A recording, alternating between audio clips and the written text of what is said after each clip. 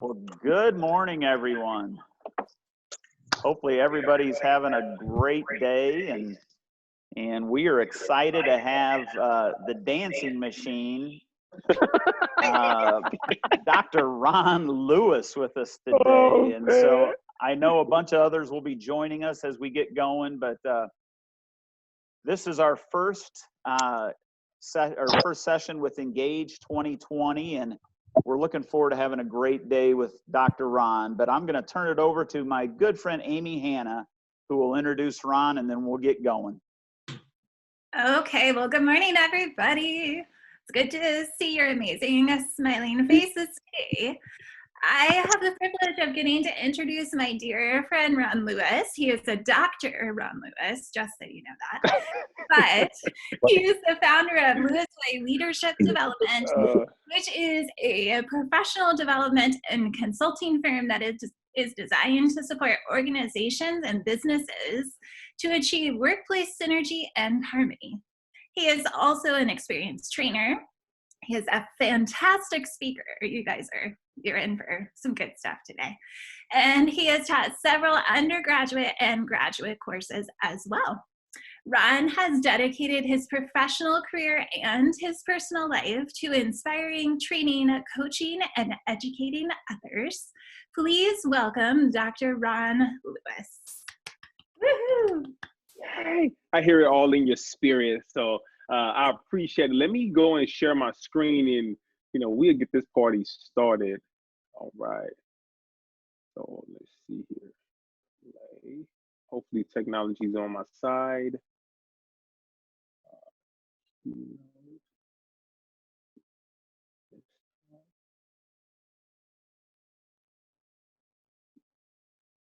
Let's see here. Are you able to see my screen? Can someone give me a nod or let me know? No. You're not able to see my screen. Okay. Yeah. Did you hit? I'm sorry about that. Did you hear Share screen? Okay. And Jerry, did you make him a co-host? If you didn't, you need to make him a co-host. I did. I'm going to unpin Ron for a second. Make sure he is a co-host. Okay. Here, let me do this. Now try it, my friend. Okay. All right, let me go and share my screen. All right, I think we're on to something now. See. Boom. Can you see that now? Yes, sir. Perfect. Okay. All right, perfect. Again, welcome. Again, my name is Ron Lewis, and today we're going to be looking at why failure is more important than success. As Amy said, that I am I love Bitmojis, by the way, so I got Bitmojis throughout this thing, but I am the owner of Lewis Way Leadership, and I actually started my organization because of what I'm going to talk about today. My brother and I have an identical twin brother, 13 minutes apart, and we started the Lewis Influence, which originally started to help first-generation college students matriculate and graduate through higher education. But the reason I started that organization was the same reasons that I'm going to discuss today. So have you ever had these challenges where you tried something new, you wanted to be something different, or you wanted to do something different, and you fell flat on your face? You felt like you weren't moving the needle. Everything that you attempted, you felt like you were falling back over and over and over again. See, I know that, and like all of you, even though I feel like my organization to be a one-man show is successful, to get to this journey, I have failed. And I feel like this one incident got me to where I am, actually standing before you today. So when I graduated from Barry University, they told me, they meaning society, said, hey, go to college, be a good student, get good grades, get your undergrad degree. When you get your undergrad degree, if you're lucky, get your master's degree, graduate from college, get a good job, get a house, get a significant other. If you're blessed, have children, get the fence, get the minivan, and you're good. You're happy. And I got to admit, I checked all those off. I checked every one of those off. I graduated from Berry University with my master's degree, and I started working for the YMCA, and I bought my first house in that process, and I got the house with the fence. I actually got a dog, Hershey, and I have two beautiful children, Emerson and Sebastian Lewis. Got married, and it was all great.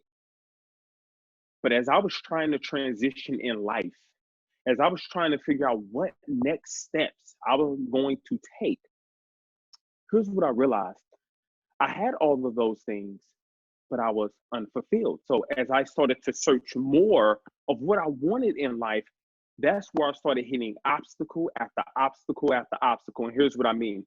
So when I graduated from Berry University and took my first job at the YMCA, I have to admit, after a year, I really didn't like it. Maybe it's the millennial in me. I don't know, but I just didn't like it. So I decided to pursue something different. I worked for another YMCA. I don't know why I did that, but I did it.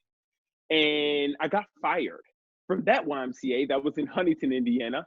And then I said, well, you know what? Let me move on outside of, youth sports, what I was accustomed to. Let me work for the American Cancer Society. Great organization, but after a year and a half, I got fired again. So in a matter of 2-3 years, I got fired. And then I said, well, you know what? Maybe not-for-profit is not my jam, right? So let me move on to something completely out of my element, which I started working for a medical device company. And after that year and a half, I got fired again.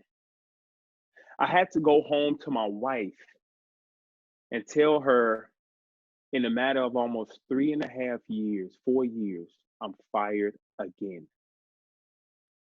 I can't tell you the anguish, the fear, the disgust, the embarrassment that it caused me. I did it right.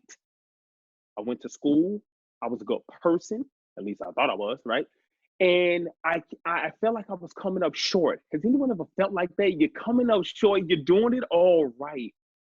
But I have to admit to you, that is where I found the blessing and the beauty. And here's what I mean. I made a promise to myself after the third firing, I would never feel like this again. This is where I harnessed and captured the idea of resilience, or what I like to call metal, the metal mind. I said, I would never feel like this.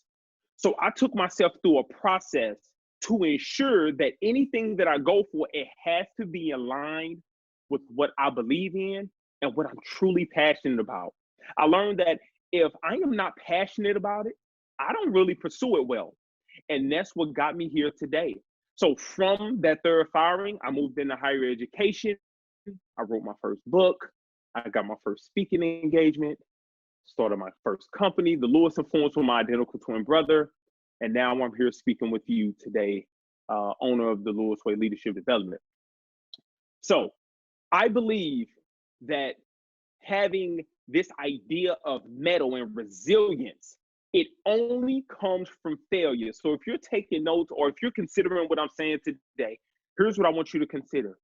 You only could get this beauty of resilience, which I believe is the secret sauce to anything that you go to try to do. You only get it if you fail. Now, I know most of us don't want to fail. We don't like to fail. Failing could be considered embarrassing. But I have realized that failing is simply feedback. That's it. Me not accomplishing what I want to accomplish, it is not an indictment of who I am as a person, but it could be a challenge to my methods, my beliefs, and my attitude. And that's what I realized. So that's what I want to talk to you today about, having the metal mind. And metal, what does it mean? Well, metal is the courage to carry on. And if someone wants to test your metal, they want to see if you have the heart to follow through when the times get tough. Metal. And that's what I want to talk to you today about is how do you harness this metal? Now, all of us have metal. All of us have this idea and this spirit of resilience. But you know what? Sometimes we don't call on it.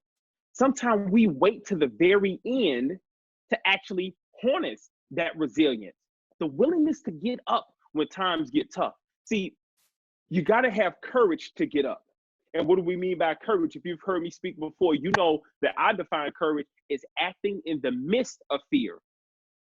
In the midst, meaning that I'm going to respond as I am afraid, as I'm fearful. So that's what resilience means to me. Getting up when I feel like I have nothing else to give, when I've made the attempt over and over and over again, am I still willing to get up? So this is what I call the H rule. Head plus heart equals hands. Head plus heart equals hands. So what do I mean? My thoughts plus my emotions equals my action. Does that make sense? My thoughts plus my emotions equals my actions. That's my hands. So I would like to go through each one of these areas. I'd like to go through each one of these areas with you and discuss them briefly, and then at the end, take some questions. All right, let's start here. My thoughts. When something happens, here's what I've learned. When something happens, there are three things that I do. I do multiple things, but for time's sake, I'm going to three things. Number one, I gain a perspective. I gain a perspective. I heard a great quote one time. It says that outside stimulus, there is a space between when something happens to us and our response. I consider that the perspective. So when I got fired for the third time, I instantly had a perspective of myself that I'm not good enough. I'm not smart enough. I'm always doing it wrong. And as soon as I had that perspective, that led me into my heart, my emotion, but I'm awake. So in order to get a different perspective, I think you could do a couple things. Number one, I learn from other people. I talk to other people. They can give me a different perspective. I had people in my corner helping me every step of the way. My brother, my sister, people in the community just kept feeding me good information. Because here's what I realized. The more I kept thinking about it, the worse off I was getting. I'm not saying I was depressed in any way. I'm just saying that I felt like I was missing something. I wasn't doing something right. So I had to change my perspective. Number two, I had to plant some new seeds in my mind. So that's when I started watching YouTube with Tony Robbins videos, Jim Rohn, all these great thinkers and thought leaders and philosophers to help me understand why my perspective was the way that it was. So that's number one. You got to gain a healthy perspective. And number two, meaning. When something happens to us, what meaning do we attach to ourselves? And I have to admit, to this day, I try to give myself three things. Number one, I try to give myself empathy. Number two, I try to give myself enough self-love. And number three, I try to give myself compassion. All those things are what I call mental insurance. And here's what I mean. When I empathize with myself and not belittle myself and beat myself up, when I give myself enough self-love on a consistent basis, by believing in myself, having great self-esteem, despite what's going on. See, it doesn't matter what's happening on the outside of us as much as what's happening on the inside of us. And then once I give myself that compassion to say, it's okay, we can try this again, I'll think of it as car insurance. And here's the idea. We all pay into our car insurance hoping to never use it. We don't want to use our car insurance, but we pay it on a monthly basis to ensure that if something happens to us, guess what? We're covered. But that's what I think about when I give myself empathy, self-love, and compassion. I hope I really always succeed. Actually, I hope I never have to use my compassion, my empathy, or self-love. But if something does not go my way, I want to make sure that I'm covered. So I want you to create meaning for yourself that empowers you, not deflates you. And last but not least, third, the talk. What do you tell yourself on a consistent basis? This is critical. And the reason I believe this is critical because what we tell ourselves, unfortunately, at times we actually believe it. So we can't have this self-talk that actually prevents us from doing the very thing that we want to achieve. You know, John Maxwell said, many people have uphill thoughts, but downhill habits. And please, if you have a habit of having a talk or saying language or giving yourself something that's not helping you or fueling you, change it. Change it. Go back and get a different perspective from different people, or maybe you watch or read a book. Go back and assign new meaning to what happened to you. And then start to produce some more empowering language to yourself that's actually going to move you to the second area, our emotions. The biggest emotion that most all of us have experienced, I mean, we have experienced happiness, joy, surprise, disgust, but it's this idea of fear. It is fear. And I'm not guilty. I am guilty of experiencing fear and not responding to it in a healthy way. All right. Trying to fight my fear, or freezing, doing nothing, or just running away. I'm guilty of it. Okay. So I'm no different than anyone else. But I try to give myself some leeway. Again, going back to my perspective, why am I afraid? So here's a couple things I consider. 3 reasons for fear. Number 1, anytime you try to get back up, you're going to have a fear of loss. These are the 3 reasons that we're most fearful. And I think if you look at these 3 reasons, you can put your fear in one of these 3. But number 1, loss. So what do I mean? Maybe it's a loss of time. Maybe you feel like if I try this again, I'm going to lose time. I'm not going to have enough time to do it. Maybe it's if I try this again, I'm going to lose money, or I'm going to lose resources. And maybe it's mental resources or emotional resources. Number 2, hardship, or what we call process pain. You feel like, look, I don't know if I can actually do it. I fear that I'm going to go through this process and I'm going to get nowhere. Okay. And lastly, the fear of disappointment. I'm going to go through this entire process. I'm going to get up, I'm going to try again. And you know what? It's not going to be what I wanted. It's not going to be what people expected. But here's what I want you to consider about the 3 reasons of fear. Whether it's loss, hardship, or disappointment, I want you to consider this. What will you gain instead of lose? That's a perspective. If I get back up, I have a 50% chance. For me, I believe I have 75% chance, but I have a 50% chance of gaining something that I've never had before. Number 2, here's another way to look at that same hardship or that process pain. If I get back up and try this all over again, I'm going to learn something new about the process that I didn't know before. I'm going to learn something new about the process that I didn't know before. You know, there's another quote, and the quote is, so many people don't embrace their destiny, but yet and still they suffer from their history. And we look back in the past so much to let that be an anchor or an indicator of what we can and cannot do.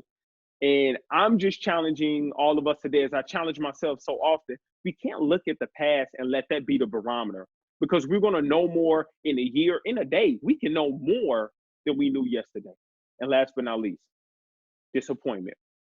The only reason I'll be disappointed is if I am so glued to this particular outcome.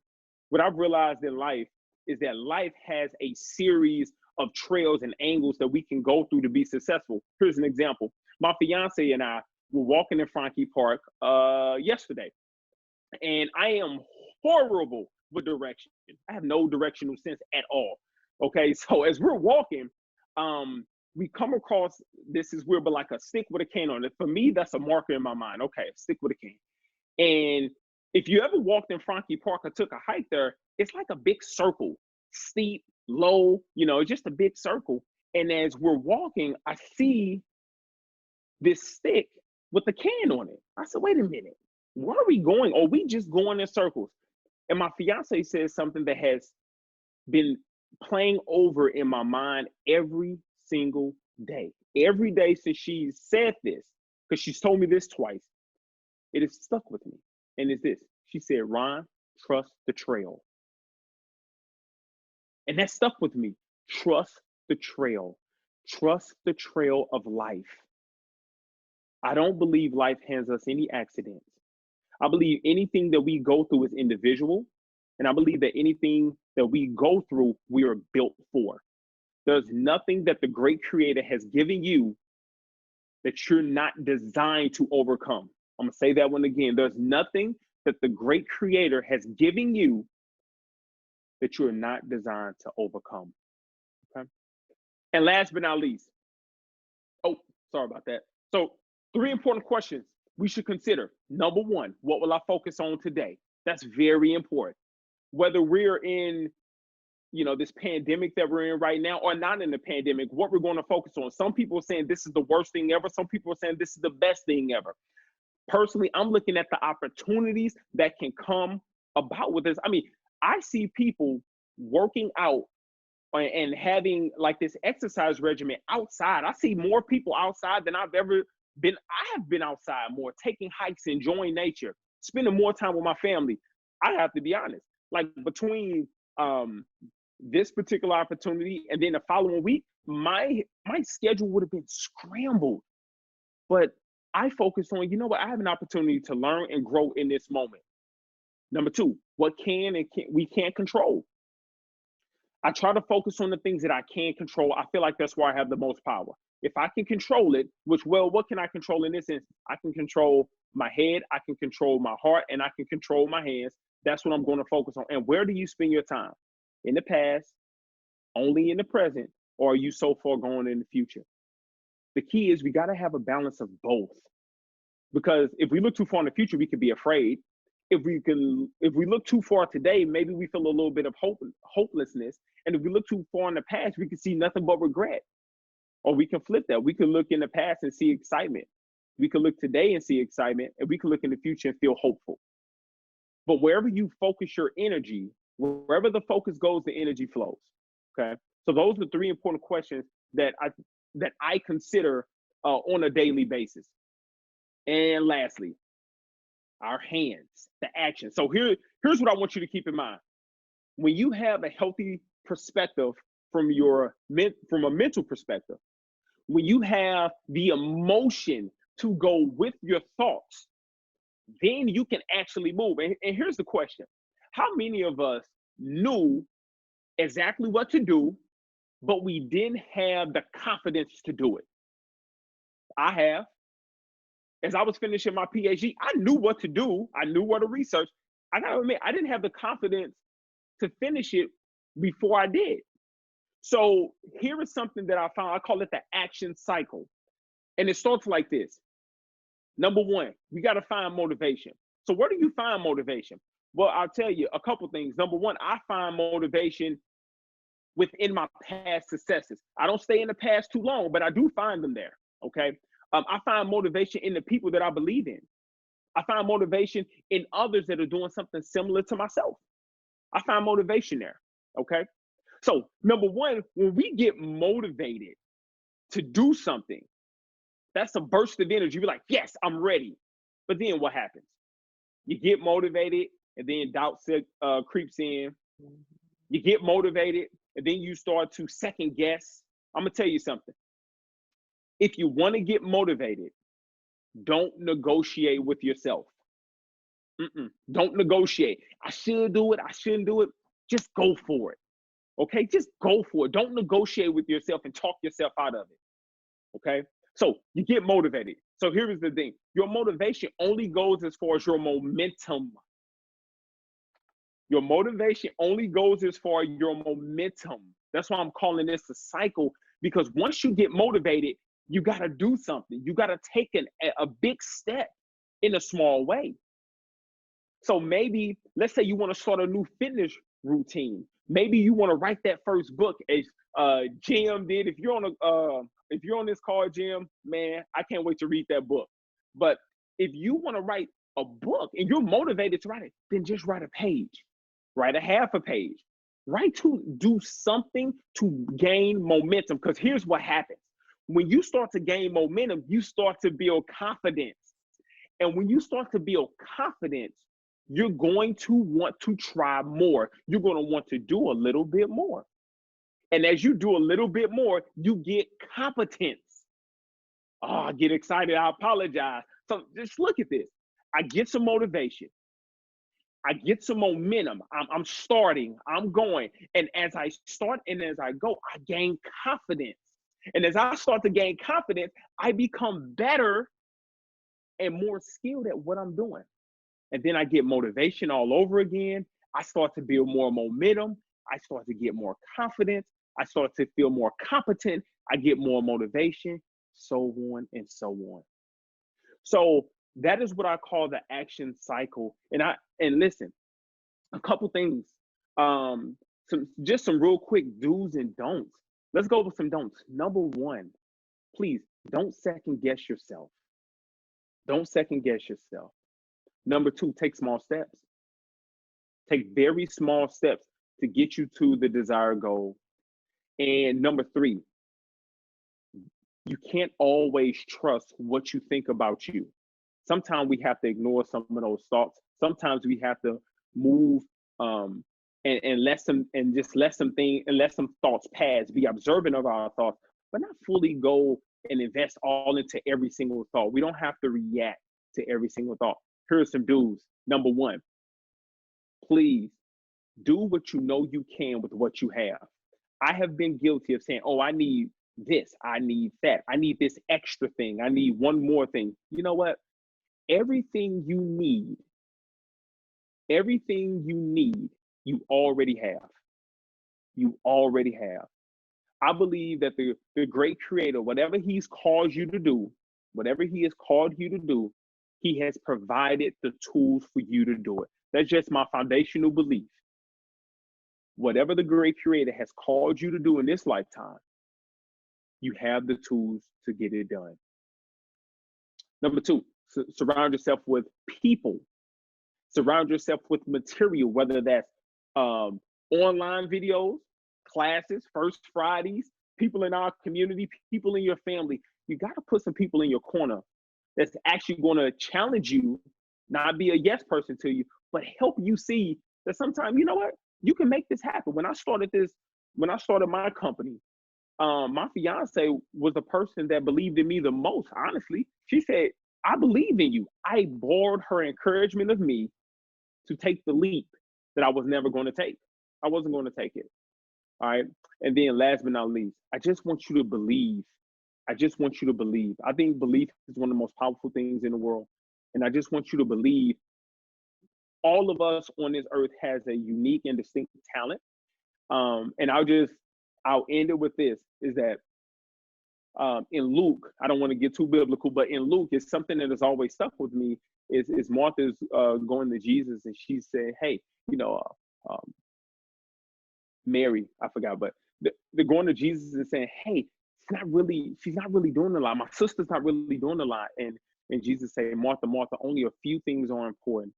And I agree with that. There are only a few things. We don't have to do everything, but we are designed to do at least one or two things in this lifetime. And it is my hope that you find what you are designed to do. Okay. So head, heart, and hands, anytime that you have been defeated in life and you need to overcome, it is my hope that you remember head, heart, and hands. Have positive thoughts. Those positive thoughts will help produce some positive emotions. And your thoughts plus your emotions will prepare you to nothing but positive, empowering action. All right. And that's my information. Feel free to email me or call me. If there are any questions, please let me know and let me pull it back up. Ron, that was awesome. We do have a question from Haley Hoover. Can you hear me, Ron? I can, yes. Okay, great. Haley asked, how did you come to the conclusion that public speaking was the career path you wanted to take after failing 3 times before in other careers? It's a great question, Haley. Here's what I realized. I read a book by Marcus Buckingham. It was a life changer for me. It's called How to Discover Your Strengths. There are 2 things that happened to me. I read that book, and in the book, one thing I remember is that the author, Marcus Buckingham, kept kind of relaying this idea that, when you're in your strength, you don't have to do damage control. You don't have to do damage control. It's an innate strength.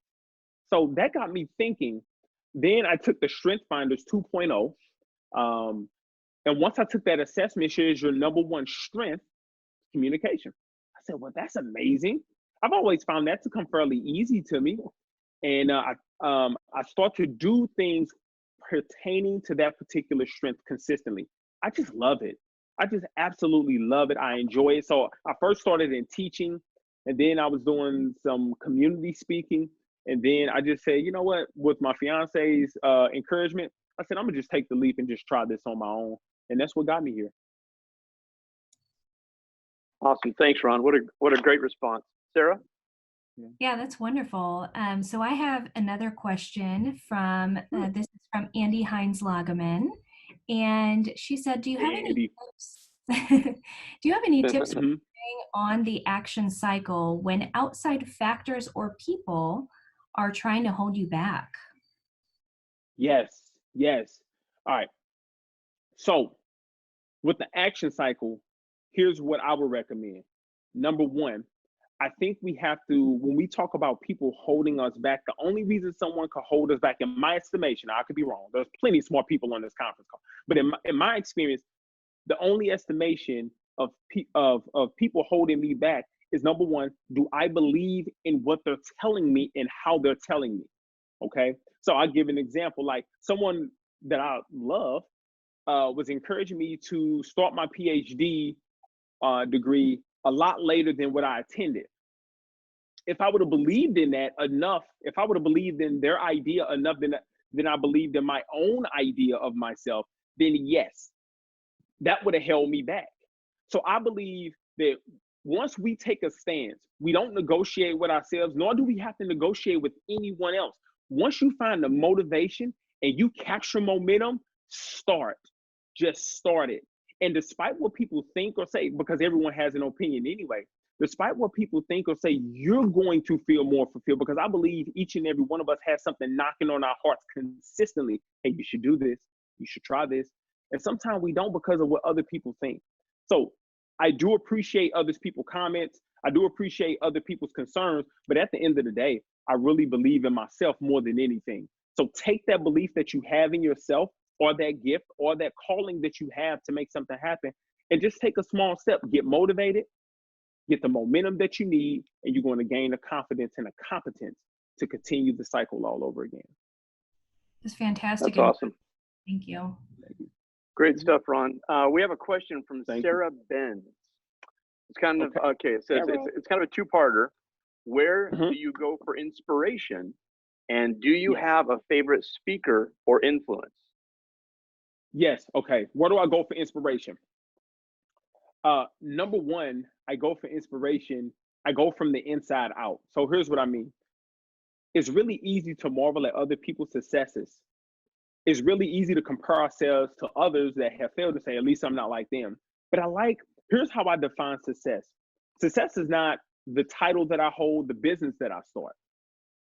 It's not the money that I accumulate. Success, in my estimation, is the person that I see in my head. How close am I to that person in reality? That's my success. So the person that I want to become, how close am I to that person of actually being that person every single day? So when I go for inspiration, I try to think of what am I building on every single day? So like a success for me is to wake up at, this may be, maybe minuscule, but wake up at 6 in the morning every day, drink a gallon of water, read something or listen to something inspirational, take my online course, read 6 to 10 pages every day of a nonfiction book. I get inspired by sticking and trusting myself to go through this routine because I feel fulfilled. So in doing that, I find inspiration from others because I know they're going through their own process as well. So leading to part two of that question, who are my favorite speakers, or who are people that I listen to? There are so many. Brendon Burchard is amazing. Tony Robbins, I listen to Tony Robbins, Jim Rohn, probably almost every morning. They're just part of my inspiration package. I've listened to Brian Tracy. I've listened to Eric Thomas. I've listened to Dr. Miles Monroe. There's so many great thought leaders out there that can give me a different perspective to help me be a better version of myself. That's awesome. Thank you. Thanks for sharing. And we've got another question from Rick Carter, and he says, Hey, Rick. how do you apply your message to at-risk youth and children groups? And then also, what is one word that you have found motivated you in your time of failures? Sure. Okay. How do I apply this to at-risk youth? I started this whole idea of even speaking because I just really wanted to speak to first generation college students. And so, what is a first generation college student? Well, it's a student that attends college that comes from a low economic background. They tend to come from ethnic background. Um, they have maybe one parent or no parents that went to college and successfully completed college. And I just found myself having this same idea over and over again. If a student, I'm not sure what at risk means per se, but I would just say if a student is struggling, I always ask students to go back to what they believe in about themselves. We always go back to their thoughts. This whole idea of grit, Grit, guts, resilience, intensity, and tenacity is a mindset. It is an idea to propel you forward within your mind first. So we always go back within our mind. Then I ask students, how do you feel about you? So yes, you got the thoughts, but are your emotions carrying and pushing you forward to make the decisions that you need to make? And then with the hands, what actions are you going to take? Because here's one thing I've realized about students. Students want something better than what they're already in.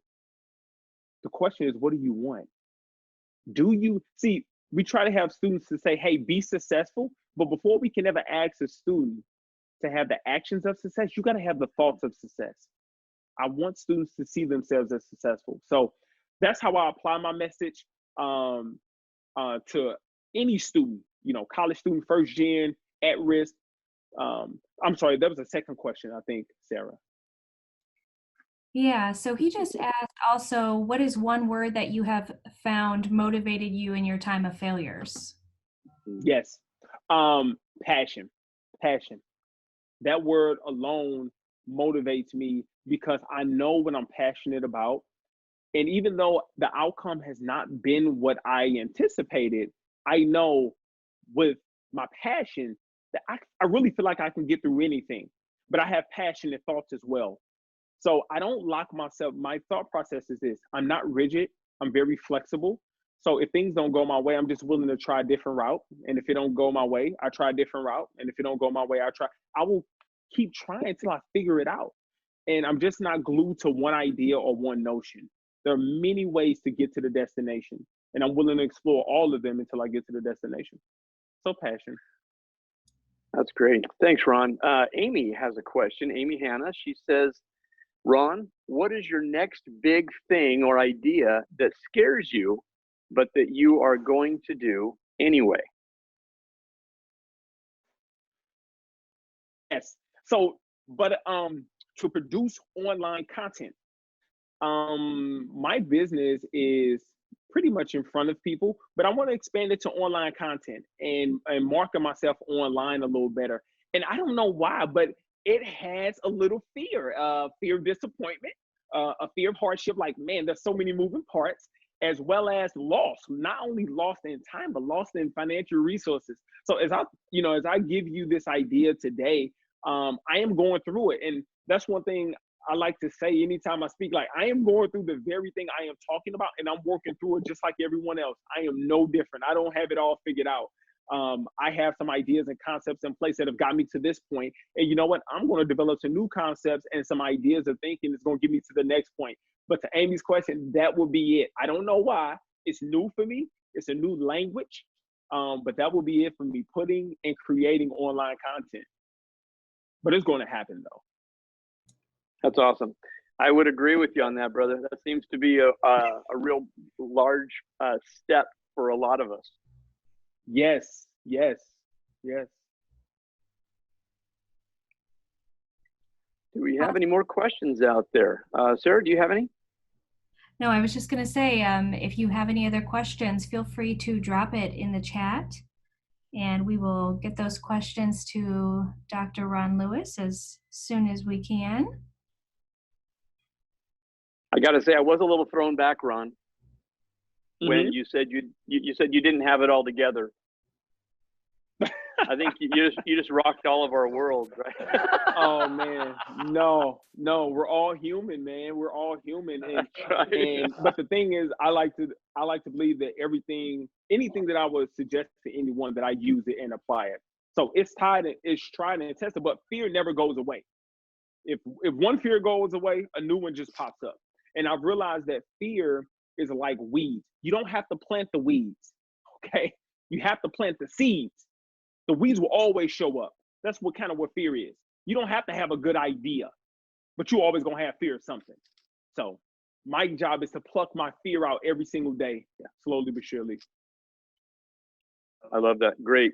I love the analogy of the weeds. You're so right, man. We're coming into that season where all of our lawns, we can feed them as much as we want, but we still got to get rid of the weeds. Good stuff. Try to get rid of the weeds. Yes. Yes. Good. We do have another question, again from Haley Hoover. She says, what advice do you have for a young professional who's still trying to find themselves and their passions? Yes.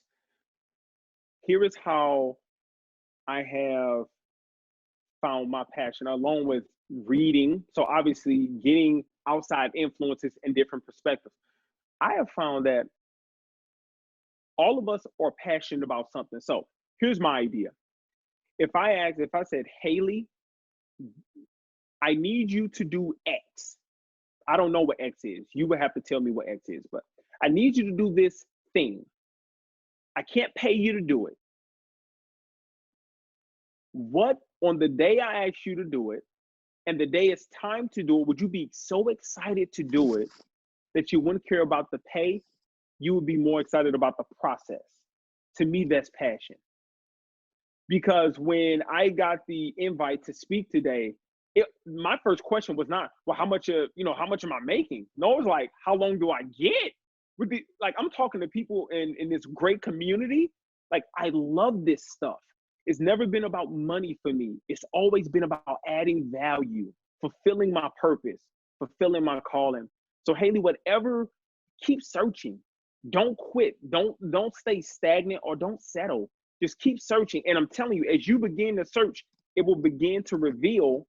And as you start to reveal, you will start to see more of who you want to be and who you are striving to be. Absolutely. Keep searching. If there's a lull, turn it to me for a song. I hear Jerry. Uh-oh. Hey, Ron. Jerry. Hey, Ron. I'm ready, buddy.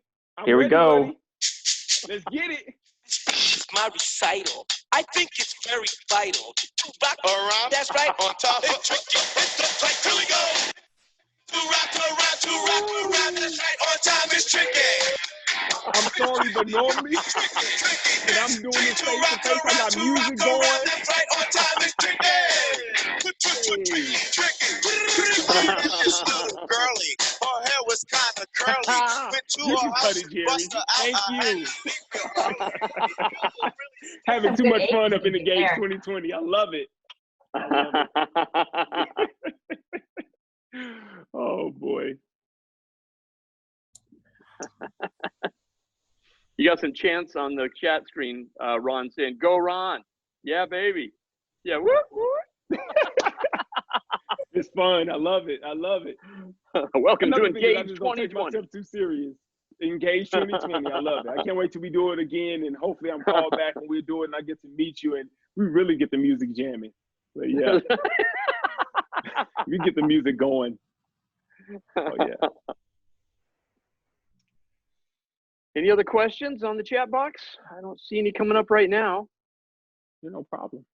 Well, my email is here. My website is here. Feel free to reach out to me at any time, any way that I could serve you, your organization. I'll be more than willing to. And I appreciate your time. I really do. The opportunity, I really do. Well, we appreciate you being here. What a blessing, Ron. Thanks for being here. All the work that you do locally, the influence that you have in our community, and the positive value that you're adding to all of us. Thank you very much for that. I appreciate it, buddy. Thank you. Thank you all for having me. Yeah, hey, on behalf of First Fridays, we thank everybody for coming today. Feel free to reach out to Ron, our First Fridays team. Next Friday, we'll have Paige Klingenpeel with us, just another wonderful leader from the Fort Wayne area. And Amy will introduce her next week. And we're excited about the rest of the lineup for the rest of the month. So please continue to join us, and we will see you next Friday. Have a great day. Absolutely. God bless Have everybody. a good one. Bye-bye. Be blessed. Be safe. Bye-bye. Oh, there we go. Extra music. Gary thinks he's a DJ. Hey. I see you, B. Let's go, Britt. There we go. Yeah, I see you. Have a good one. Be All blessed. right. Stay safe. Thank God bless you. guys. Bye-bye.